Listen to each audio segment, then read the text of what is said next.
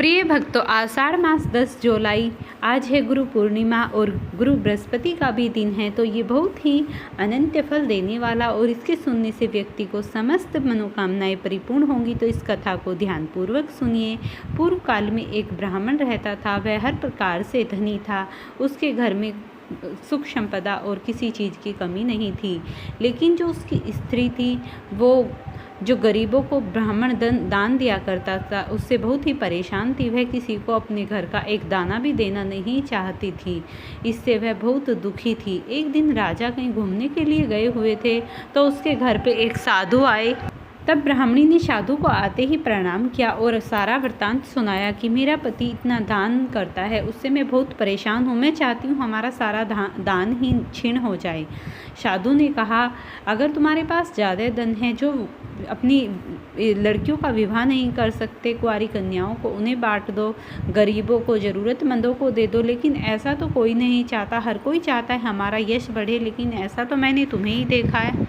लेकिन वह ब्राह्मणी अपनी जिद पर अड़ी रही और साधु से कहा कि मुझे इसका कोई उपाय बताइए जिससे हमारे पास ना ही धन रहेगा और ना ही हम किसी को देंगे। तब साधु वेश्य ने उसे तथास्तु कहा और कहा कि प्रत्येक बृहस्पतिवार को तुम्हें क्या करना है, सुबह उठ के ही सबसे पहले पीली मिट्टी से अपने सर को धोना है और फिर नहाना है और अपने घर में सुबह उठते ही लीपना है, कपड़े धोने हैं। इतना तुम 7 बृहस्पतिवार करो, इतने से ही तुम्हारा सारा धन छीन हो जाएगा। और इतना कहकर साधु वेश्य वहाँ से चले गए। साधु वेश्य के चले जाने पर ब्राह्मण की पत्नी ने साधु के अनुसार ऐसा ही किया। जैसे ही 3 गुरुवार बीते थे उसके घर से समस्त धन छीन हो गया। जैसे ही वह ब्राह्मण घूमकर आया तो उसने अपनी पत्नी को बिल्कुल देखा कि हमारे घर में तो एकदम निर्धन, कुछ भी नहीं बचा है। तो उसने अपनी पत्नी को इस प्रकार वह बिल्कुल निर्धन हो गए। उस ब्राह्मण की एक कन्या थी, वह नित्य प्रति स्कूल जाया करती थी। एक दिन उसने रास्ते में कुछ स्त्रियों को गुरुवार व्रत कथा करते हुए और व्रत करते हुए देखा। वह वहीं पर बैठकर उनकी कथा सुनी और उनसे प्रसाद ग्रहण कर स्कूल चली गई। फिर उसने अगले गुरुवार सोचा कि मैं भी इस व्रत को करूंगी। उसने अगले गुरुवार इस व्रत को किया और इस व्रत को करने के लिए जैसे ही वह मंदिर के लिए जौ लेकर जाती थी और रास्ते में उन जौ से भगवान की पूजा करके और जब स्कूल से वापस लौटती तो वे जौ सोने के हो जाया करते थे और वह उन्हें साफ किया करती थी। एक दिन ऐसा करते हुए उसे उसके पिता ने देख लिया और कहा, तुम इन्हें हाथ से साफ करती हो, क्यों नहीं अपने भगवान से तुम सोने का छाछ भी मांग लेती। उस कन्या को ये बात बुरी लगी और उसने गुरुवार के दिन भगवान बृहस्पति देव से विनती की कि मुझे इन्हें फटकने के लिए आप मुझे सोने का छाछ दीजिए। बृहस्पति भगवान ने प्रसन्न होकर उस कन्या को सोने का छाछ भी दे दिया।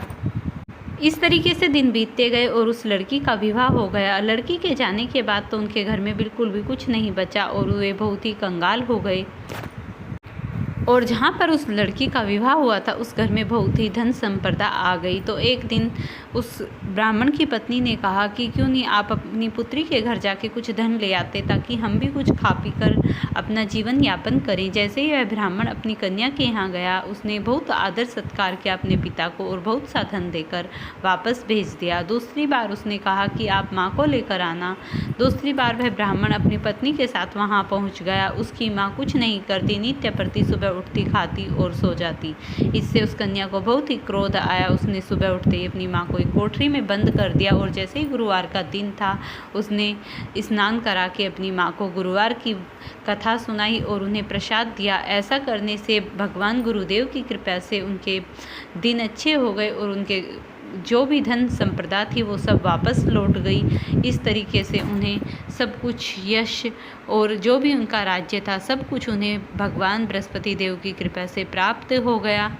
और अंत में वह ब्राह्मणी मरने के बाद स्वर्गलोक को प्राप्त हुई और वह ब्राह्मण भी संपूर्ण यश कीर्ति के साथ जीवन यापन करता हुआ अंत में भगवान के धाम को पधार गया। इस तरीके से उन्होंने भगवान श्री हरि विष्णु की सच्चे मन और निष्ठा से सेवा की थी तो उनके समस्त कार्य बन गए, क्योंकि उन्होंने थोड़े से ही समय में भगवान की जो पूजा की उसे ही बृहस्पति देव ने स्वीकार कर लिया। प्रिय भक्तों, अगर वीडियो पसंद आई हो तो इसे लाइक और शेयर करें। चैनल पर नए हैं तो चैनल को जरूर सब्सक्राइब करें।